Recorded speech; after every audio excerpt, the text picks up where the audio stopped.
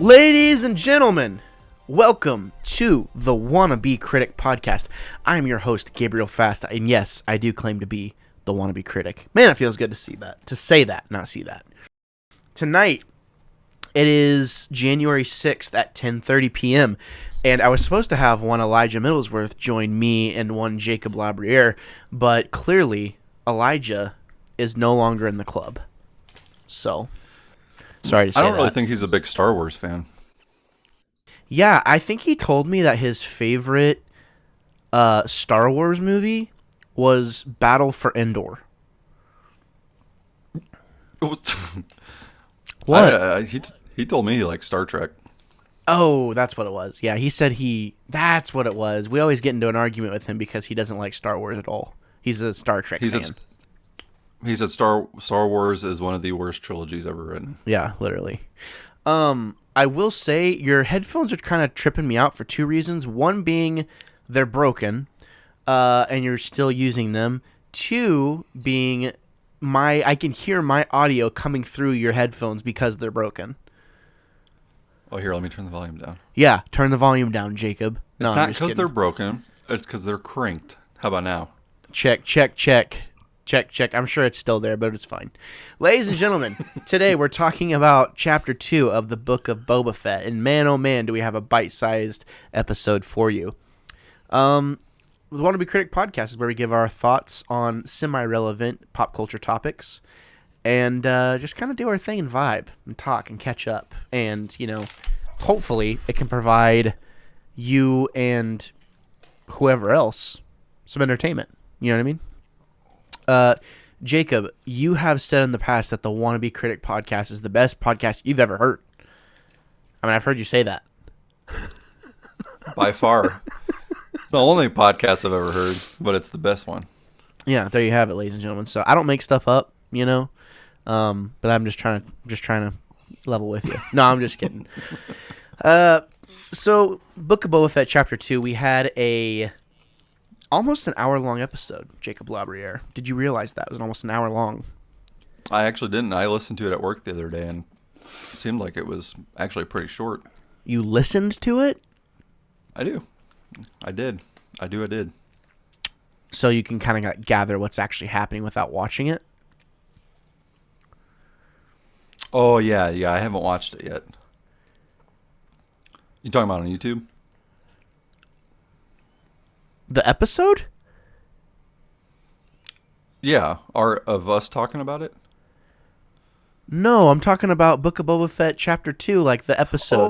Oh, my bad. No, I watched it. You were really confusing me. You were like, yeah, I watched it today. You were like, yeah, I listened to it. I was like, it what? was passive. Yeah, okay, whatever. Anyways, I got some allergies, ladies and gentlemen, so you might hear some snot sounds. Sorry about that. Book of Boba Fett Chapter 2. I was very, very surprised by this episode. How are you feeling about it? Same. I was super surprised. I was very, pleasantly surprised. It was much better than the first episode. Did you dislike the first episode? I didn't dislike it. I wasn't thoroughly impressed with it. Yeah, I think I had no expectations at all. I fully walked into this series expecting to hate it. So, not hate it, but just be like, whatever. Yeah, the first episode, like we talked about, I didn't have any expectations. And then going into the second, I actually expected the second episode to be similar to the first episode. In the sense of the first episode, obviously, there was a lot of story building, which the second episode had as well. But I feel like the second episode, it was executed really well. There was also more action too, so that helped. There's more time. It was a longer episode. Yeah, it was. It was like almost 30 minutes longer, I guess, wasn't it? Yeah. Sorry about that. My favorite part about this episode was just the fact of them building lore. More and more lore around Tatooine. And I have to ask, like, we sit down and we play, a Star Wars RPG. Did you kind of feel like this world was like, I don't know, different for you now, because he was talking about Mos Espa, right? Which we've gone there in the RPG a bunch of times. So, like, did you kind of, like, think back to that at all? Because I did. I was like, oh, my God, dude. Like, this is exactly how I thought it would be type thing. I did. So, yeah, it actually, because in the first episode, I know they're obviously there, but did they really mention Mos Espa, that's where they were? I think they mentioned it one time. Okay, maybe that's why, because this episode, it really clicked. Yeah. Once it was mentioned, I was like, hold on, wait a second. I was like, oh, that's where we've been. And it was cool for me because not I guess being new, I would say for myself, new to the Star Wars world in the sense of just this year, I finally watched the original trilogy. I've seen the original trilogy, and kind of seen a lot of these characters that you've talked about in the RPG. I knew what they were, but never have seen them. So now seeing them, it's all become like real to me now, especially after that last episode. And I'm one episode away of finishing Clone Wars. I have one episode left in that. So also seeing some of that taken from that show. Yeah. To me, it's super exciting because for me, it's basically like I'm seeing everything for the first time. So now I'm like, oh, I get the excitement around it that everybody has. Yeah, like finally now, like when we sit down and play the game, it's like, oh my God, like what other ridiculous thing is Gabe gonna make us do? But I realized I think in the RPG I say Mos Espa or Epsa by accident, whenever it's really a Mos Espa, But yeah. Either way, yeah. I mean, I loved how they like fleshed out that world, and now I have like a firmer basis to go off of and kind of see what that underworld looks like, and they just really expounded upon it. And Tamora, whatever his name is, I mean, he really killed it in this episode, in my opinion. Yes. Like, this was the most Western feeling Star Wars thing to date. We got hints of it in The Mandalorian, obviously, but not to this degree. It was almost like the Pale Rider, kind of helping the natives type thing, in the Western, and just kind of seeing him being trained and all that stuff. And it's like, man, they are really building a cool backstory up for Boba Fett. And he is going through big changes as a character, which is interesting. What was kind of your take on the whole? Because I think that, Chapter 2 is called Tribes of Tatooine, I think. Or something like that. So, yeah. Not only like Hutt tribes, but like, the Raider tribes as well. So, like, what was kind of your take on the whole Tusken Raider aspect and how they tried to dive into it even deeper in this episode? So that's actually what one of my favorite things about this episode was that they actually kind of to echo a little bit what Elijah talked about in the last episode about that, diving in a little bit more to the Tusken Raider, background or whatever. I thought it was really cool to see, because from what I remember anyway, anytime you see a Tusken Raider, you just see like this animal a violent animal that, that's all you get from them. I think it's really cool how they're diving into that though, and seeing a little bit of their culture, seeing them behind the scenes, so to speak. I think actually one of my favorite parts about this episode was seeing him really connect with the main, I guess the leader, the tribe leader.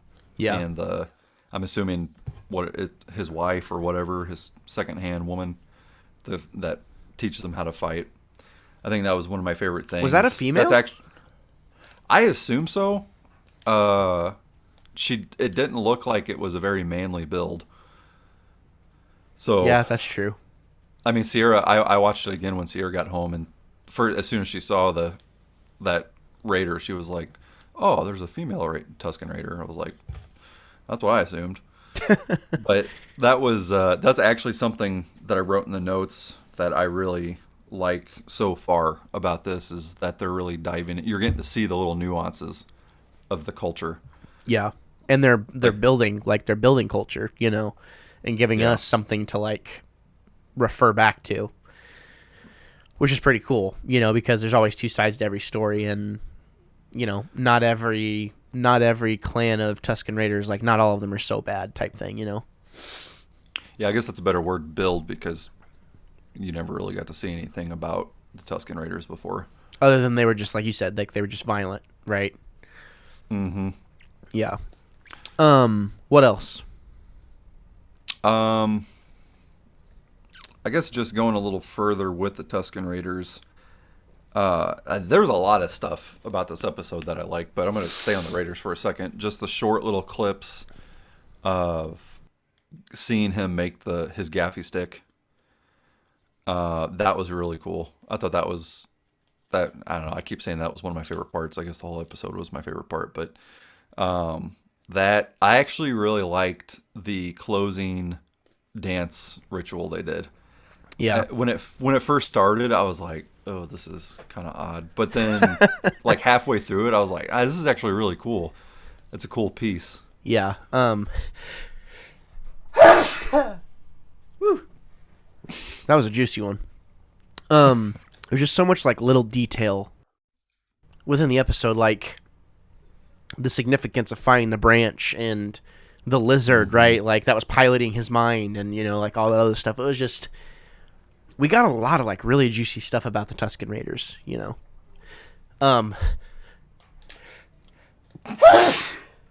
Go ahead.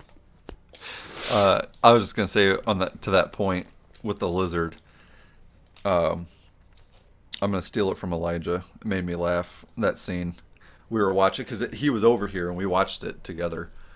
And when it got to that part, I kind of looked over at him and he was looking at the TV like this. And he looks down at his notes and he writes down. I was like, "What are you writing?" He goes, "Boba gets baked."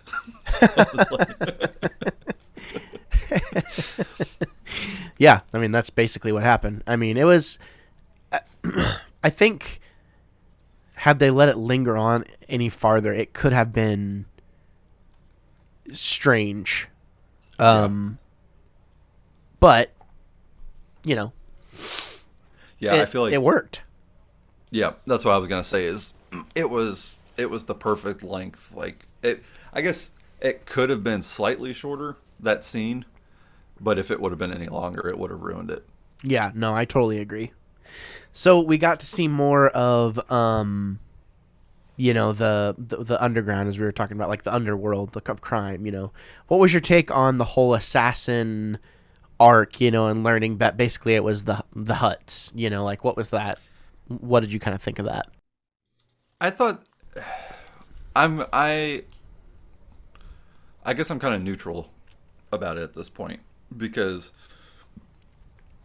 I don't know if it's maybe because that's a new thing, right? Has that, as far as you know, has that ever been mentioned in Star Wars universe? Which part? What about the assassins?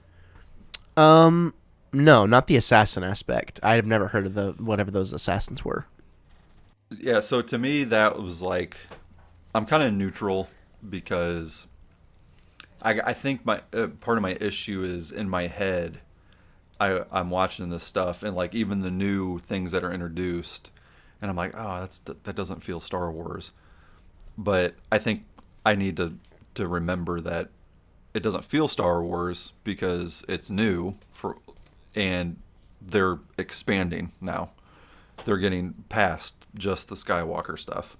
They're expanding the at least canon universe and from what we see in movies and TV. I did think it was cool though. After I watched it that second time with Sierra, it was cool. It felt a little, I don't know, something about it felt very Prince of Persia. Yeah, kind of yeah, more like Egyptian or something like that than Star Wars related. And I think using them as just kind of an opportunity to bring in the Hutts again. Mm-hmm. You know, that was cool to me because we got to see a new character, right? Which you were pretty excited about. You know, what's your take on essentially your D&D character? Oh man, that part was the Wookiee. Oh, when he came out, I mean that scene was done so well too. Yeah, because you don't know, like, it looks like a person walking in there, you know? It, like, kind of reminded me of, like, the Uruk-hai from Lord of the Rings. They're coming in. And then whenever it turned around and it's a Wookiee with black fur, I was like, what the heck? Like, you know, so they totally ripped you off, dude. So, coming in from the shot from behind him, immediately I was like, oh my God, that's a Wookiee. And then it showed him, and I was like, I was just sitting, I literally, my mouth was gaped open. I was just like, that is so cool. And so my first thought, I texted you about my character, but then when I was watching it with Sierra, she actually made a good point. That literally is the description of the Wookiee character you came up with in our RPG that I don't remember. Did we fight him or we encountered him and he pretty much fought us. We didn't fight him. Yeah, he was we made him like an alpha Imperial Wookiee. It was a Wookiee that basically, you know, the Inquisitors, they took the Jedi and forced him to their side. Well, they got this Wookiee and forced him into the Empire, and like, yeah, it was almost like word for word type thing. But I don't think that's like a, you know, original idea to think of, you know, a Wookiee with black fur. But yeah, I mean, it was kind of weird. I mean, I do think it is original. You're special for coming up with it. But no, watching him walk out and just seeing it and just how much different he looked than Chewbacca, you know? Yeah. That was one thing I was like, whoa, this guy is like bad to the bone. Yeah. So that was something I thought was Chewbacca was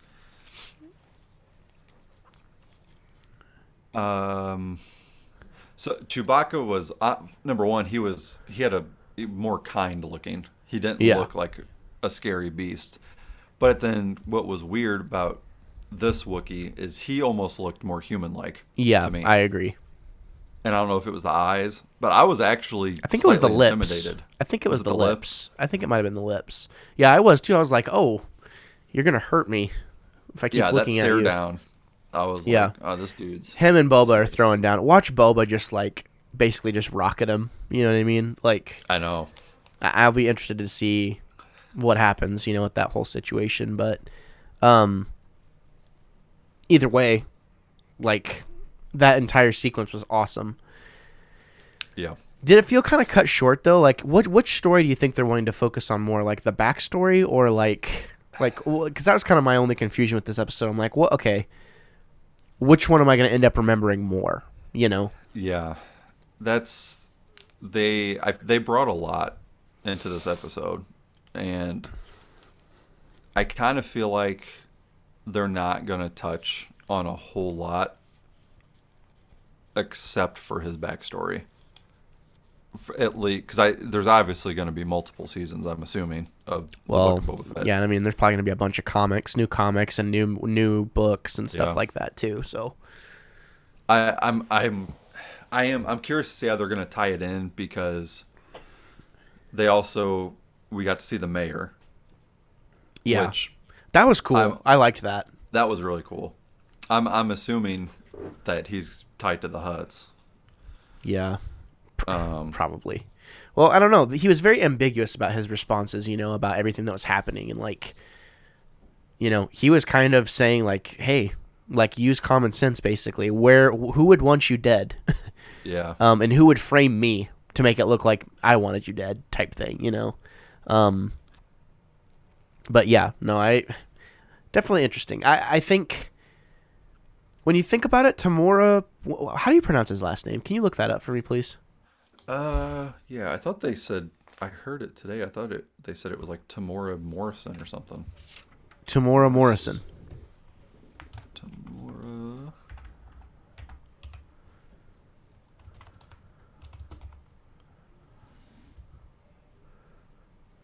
Okay, there's a lot of famous people named Tamora. Dude, you kind of look like Jon Favreau, I just realized.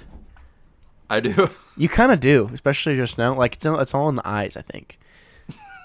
But Big anyways, face, big head. well, yeah, just like right now, you're really striking me as like a young Jon Favreau.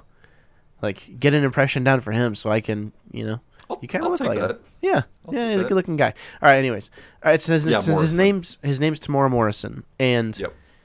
sometimes I think I walked into this show like not having very good faith with him, but I shouldn't have been that way, because he's literally played this character in a clone for Yeah.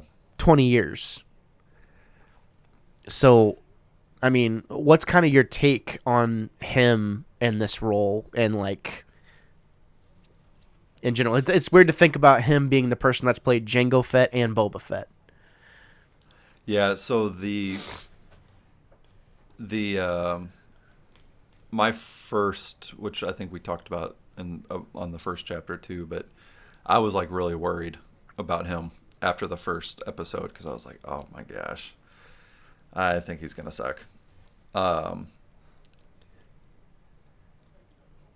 after this episode, his acting was like spot on. Yeah, I agree. It was perfect. And also, like, even with the faces that we talked about he makes, I don't know what, but it just worked in this episode. It was Everything right this time. Yeah. It was weird. Maybe- I think I had an epiphany, too, about him and his performance and, like, why it wasn't selling me. It was like, he looks too old. Like, you're really trying to get me to believe that this is after this happens. But then I realized, because realistically, he should be about... He should be in his 20s right now, technically. When you think about it. Or somewhere around there. But because of the accelerated aging found within clones, that's why he doesn't look young. But he should be basically in his prime right now. But they age faster. Oh, that's right. So now it makes more sense when you see him so beat up and old looking. So it's like, oh, wait a minute. And that makes more sense as to why he's failing. Or maybe not being able to do as much as he used to be able to do. Because he's aging rapidly. He's a clone. Yeah. Like, that's what's happening. So That didn't even cross my mind. I completely forgot about that. it hit me whenever I was watching it yesterday morning. I was just kind of like, whoa. Like, that makes it a lot better all of a sudden for some reason, But it's like this weird thing where it's this point where, like, fans think, they've been fans of Boba Fett forever. So they may not even think about viewing him as being, in his mid-20s or whatever. Mm-hmm. But he is. And that's what's kind of weird is, like, it plays this weird mind trick with you where the expectation of what you've known forever, it's like, oh, yeah, that makes sense. It's like, no, but it somehow actually lines up with how it should be. Yeah. Which is kind of weird. So, but overall, this episode, he really sold it. He really sold it for me. And I was really, really surprised at his acting, honestly. Yep. I was too. I don't know what the change was. Maybe it was just the second episode was written better or what, but even the scenes where, like, actually what one scene that really stood out to me with his acting was when he was in the tent, the Tuscan tent, and they gifted him the lizard. Yeah. And just looking at, without even saying anything, just him looking at the lizard or his reaction to, like, giving a gift to me, why? And then the scene about, or not the scene, the same scene, but when he mentioned about that he would let the lizard guide him, like the way he paused and kind of almost like stumbled over his thoughts, like oh okay, that scene specifically stood out to me. And I thought, like, oh, wow, his acting is way better in this episode. Well, and I think the directing is way better in this episode, too. Got a different director for this episode. Robert Rodriguez did the first episode. And I think her name was... It was a name I had never heard before. Hold on. Steph Green. Yeah, and it was the Tribes of Tatooine. So yeah, her name is Steph Green, and I thought it would give me her IMDb, but it didn't. Hold on. She is known for 5 things: New Boy, Run and Jump, Beziskoke, Copyright, and Push Hands. All films I've never heard of before. Nope. But she did... Oh, but she's Oscar and Emmy nominated. So, okay, cool. That's amazing. She did an amazing job with directing here. So it was a combination of, realizing an actor's potential and like kind of opening that up. Good directing can go a long way because it makes them react to what's being said. Mm-hmm. And yeah, I mean, I think it was a combination of him actually having a good moment and being in a good headspace.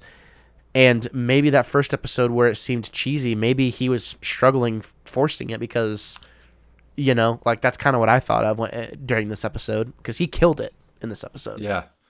Like maybe he didn't fully understand the first episode or how to portray certain things. Go ahead. I didn't even catch that. I didn't realize that it was a different director. Is that something they're doing with each episode? Yeah, I mean, that's how all of The Mandalorian was, and that's pretty common in a lot of, shows like this to have, multiple directors and stuff like that. So, like, you'll see that often in television. But I actually didn't know that. Yeah, it's kind of a thing. Because, no director wants to be tied down to just one project most of the time. It's not like a movie, they want to keep working, doing stuff. But, the whole sequence with the train conflict and him teaching them how to ride, speeders and, like, just that whole thing, like, it endeared us to that tribe. So whenever one of them went down and got shot or like got hurt, like you felt it. You've genuinely felt sad. And it's not like it's just some rando. It's a Star Wars character that we're seeing in a new light we've never seen in a light before. And we're attached to them, Yeah. And like I was rooting whenever the warrior Tusken Raider, was like doing her thing, or if it's a girl, she was like, doing her thing, and like her dreads were like flopping around. It looked like the lead singer of Korn, and like she's like speeds over to the train, full speed where she had been struggling, and just jumps right in, like runs into the train, jumps right in, and just goes to business. And just the depiction of the droid like trying to speed up the train and like keep it going. He just throws himself out the train, and they end up winning, but they're trying to set up, Boba Fett having that leadership aspect, to him. And I just thought it was really, really well done, because I kind of got the feeling in these first 2 episodes, it's like, dude, who's going to take you seriously? Yeah. But the Tusken Raiders view him as I don't want to say a leader yet, but he's respected and he has leader qualities. So I don't know. I just love that aspect of it. It's really, really cool. Yeah. That train scene. And I like you were talking about learning how to ride the speeders. Star Wars always got the humor in it. It's always got humor scenes, and that one, I feel like the humor in it was really well done. Yeah, same for that scene. It didn't feel out of place or forced. They could make you laugh. They didn't have to like hit you over the head with the punchline. Like they just showed you, and you were able to figure it out. Yep. If it was very natural, in my opinion. Like, I was like, oh, I would expect this to happen. Yeah, same. And even in the little fighting parts where she was on the train, and it was the pike sticking its head out, fell down. She pops her head up, looks back, and then sees the other ones, and then goes to work. It was like little humor pieces like that. I thought it was really well done. Yeah, I agree. Definitely ends this episode in a really cool place. Do you have any predictions going into the next couple episodes? Honestly, I didn't think too hard about what might happen. I don't like to try to predict what's going to happen early on. Because if I do that, then I'll start trying to do that every single episode. So I usually wait until I get 3 or 4 episodes in and kind of get a little bit of the story. As far as predicting, I don't know. I do think that the Pikes and the with the whole spice route. I think that is going to play at some point in the season. I feel like that's going to play a major part. Yeah, I agree. I definitely agree. I don't have any big predictions right now. I'm just kind of along for the ride, you know. Would it be crazy to see an ObiWan appearance in the next couple episodes?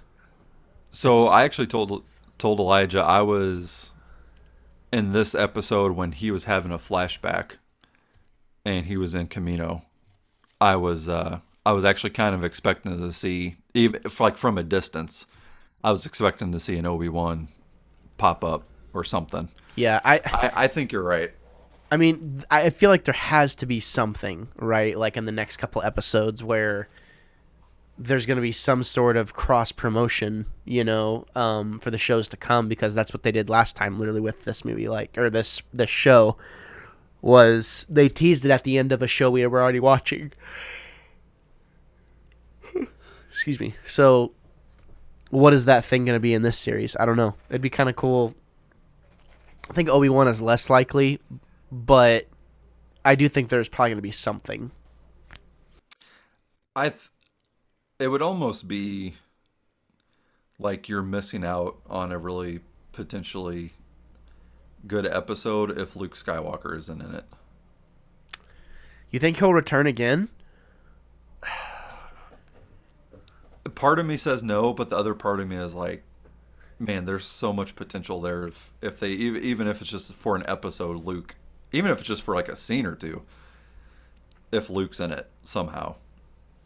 Yeah, and I mean, I think Mos Espa is where he lived, I think. No, he lived in Mos Eisley. No, he lived in Mos Espa, I'm pretty sure. Yeah, I was going to say it was Espa, wasn't it? Yeah, outskirts of Espa, I'm pretty sure. I could be wrong, but I'm pretty sure that's where it was. Yeah, I mean, I don't know that... I don't know that it would, like, make sense to have him in it. To have him again. Yeah, that's kind of... I don't think it would make sense. Now, Ahsoka, though, I mean... Yeah. I think part of me, like, kind of fanboying wants to see Luke. Yeah, same. I mean, I love Luke Skywalker, but, I mean, I just don't see it happening again. Yeah, I think you're probably... There's a better chance of getting some type of ObiWan at some point. Yeah, you know, or just maybe it'll be something we're not even like looking for or expecting. You know what I mean? Like, yeah, I don't know. Too many things that could happen, but you know, I'm excited. I'm excited to be along for the ride, and I can't wait to see what they do next. So, yeah, I'm super excited about it. Same time next week. Works for me. I would keep going, but I'm having like a really bad allergy attack, so I think I need to get off the microphone. But I'm glad we were able to sit down and record this episode, my guy. Yeah, I think we covered the gist of it pretty well. Yeah, we did in under 40 minutes, so look at us go. Ladies and gentlemen, if you want to get in touch with us, you can leave us a review if you're on Apple. You can tweet at us. You can subscribe to us on YouTube. There's a lot of stuff that we do here, so definitely make sure you check it out in the description down below. And Jacob, where can people find you? So I'm going to do a different one. My Instagram, I'm going to do my photography Instagram. It's Jacob Allen Photos, JACOBALAN Photos. I don't really post there anymore, but recently been kind of talking to Sierra, and I was like, I kind of think I want to try to get back into booking some shoots again a little bit. So that's what I'm going to plug. Nice. Go check out his work. There you have it. Ladies and gentlemen, thank you so much for tuning in. If you have any hot takes about the Book of Boba Fett or any predictions, make sure you send them our way. We would really appreciate it. So until next time, I got to go deal with this allergy attack. Say goodbye, Jacob. Toodles. Well, once again, thank you so much for showing up today. I really, really appreciate it. Again, if this is your first time here, consider subscribing. I know that's the thing that all the YouTubers do. Everyone's asking to sub. The fact of the matter is that it doesn't cost you anything to subscribe, and who knows, you might even see a video every now and then that you actually like. or may be interested in. Not only that, I do a bunch of stuff, so make sure you check all the information down in the description down below. We got podcasts, we got Let's Plays, we got all kinds of stuff for all kinds of fandoms. So make sure you check that out. I would seriously appreciate it, and I would love to see you around here more. I'm Gabriel Fast. I will always be the Wannabe Critic.